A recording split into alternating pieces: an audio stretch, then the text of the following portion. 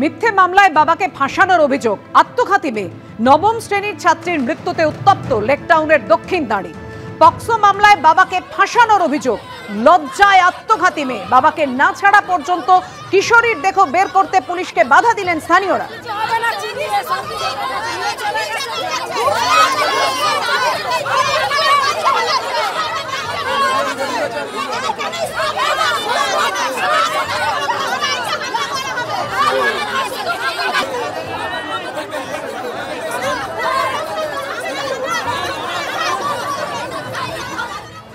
Madam, I would not like to comment. Hey, boom! What to?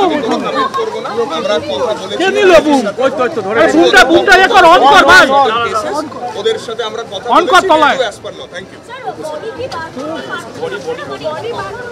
No comments. Family is cooperating with us. We are getting all cooperation. Thank you. We will inquire everything. Every single thing will inquire. Thank you. Ma'am, no more questions, please. Thank you. Sir, আপনি বলছেন যে ওনারা coverage করতে কিন্তু 5 ঘন্টা No more comments. Thank you. বিচারের দাবিতে স্থানীয়রা বিক্ষোভ দেখান এবং তাদের অনেকেরই বক্তব্য যে মিথ্যে মামলার মাসুল গুনতে হলো মেয়েকে তার প্রাণ দিয়ে। ঘটনাস্থলে যান দমকল মন্ত্রী। এটা অভিযোগ হচ্ছে যে বাচ্চাটা আজকে মারা গেছে, সেই বাচ্চাটা কোনো জায়গায় কষ্ট পেয়েছে, তার বাবা অ্যারেস্টেড আছেন, কিন্তু স্থানীয় মানুষের বক্তব্য হচ্ছে তাকে মিথ্যে মামলায় তাকে জড়ানো হয়েছে। এখন মিথ্যে মামলায় যদি কাউকে জড়ানো হয়, এটা কোর্ট ম্যাটার আছে।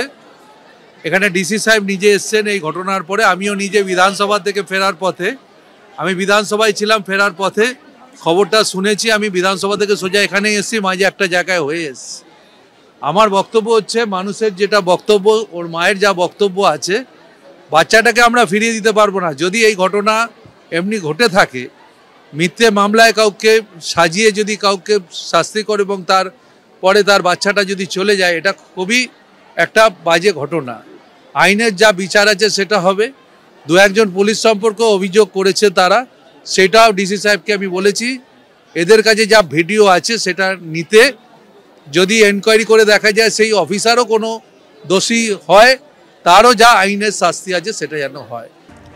গতকাল বিধায়কদের নিয়ে বৈঠক করেছিলেন মমতা বন্দ্যোপাধ্যায় এবং সেই বৈঠকে কড়া বার্তা দিয়েছিলেন তিনি যে দলের শেষ কথা, ফের একবার সে কথা বুঝিয়ে দিয়েছিলেন মমতা বন্দ্যোপাধ্যায়। আর বেফাঁস মন্তব্য নিয়ে নেত্রীর এই কড়া বার্তার পরেই এবার সুর নরম হুমায়ুন কবিরের। যা বলেছি ভুল বলেছি, অনিচ্ছাকৃত ভুল করেছি। মমতার কড়া বার্তার পরে ভুল কবুল করলেন ভরতপুরের তৃণমূল বিধায়ক। মমতা বন্দ্যোপাধ্যায় আমাদের সর্বোচ্চ নেত্রী, তিনি রাজ্যের মুখ্যমন্ত্রী, তিনি দলের চেয়ারপারসন। আমি বিগত কয়েকদিন যে ধরনের কথা বাইরে বলেছিলাম, সেটা আমার অনেকটাই ভুল হয়েছে। সেটা আমার সহজের উত্তরে আমি সেটা স্বীকার করেছি যে ইচ্ছাকৃত এটা করা হয়নি, অনিচ্ছাকৃত এই ভুলের জন্য আমি অ্যাপোলজিও চেয়ে নিয়েছি। কিন্তু সেই সঙ্গে কালকে আমার গর্ব হয়েছে যে তিনি এটাও ক্লিয়ার করেছেন যে ডিসিপ্লিনারি কমিটি যেটা হয়েছে, সেই কমিটির আসল উদ্দেশ্য কাউকে বহিষ্কার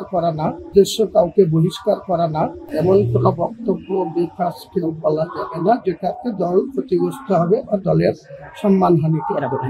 আমি একটা অভিযোগ এনেছিলাম যে আমরা গ্রামের যারা এমএলএ তারা ঠিকমতো মুখ্যমন্ত্রীর সঙ্গে যোগাযোগ রাখতে পারি না বা করতে পারি না। তেনার ইচ্ছা থাকলেও তিনি সময়ের অভাবে সেটা আমাদের সঙ্গে ইন্টারঅ্যাক্ট করতে পারেন না। তো সেটা উনি গুরুত্ব দিয়ে একটা তার হোয়াটসঅ্যাপ গ্রুপ খুলে দিয়েছেন এবং সেই হোয়াটসঅ্যাপ গ্রুপে আমাদের অরূপ বিশ্বাস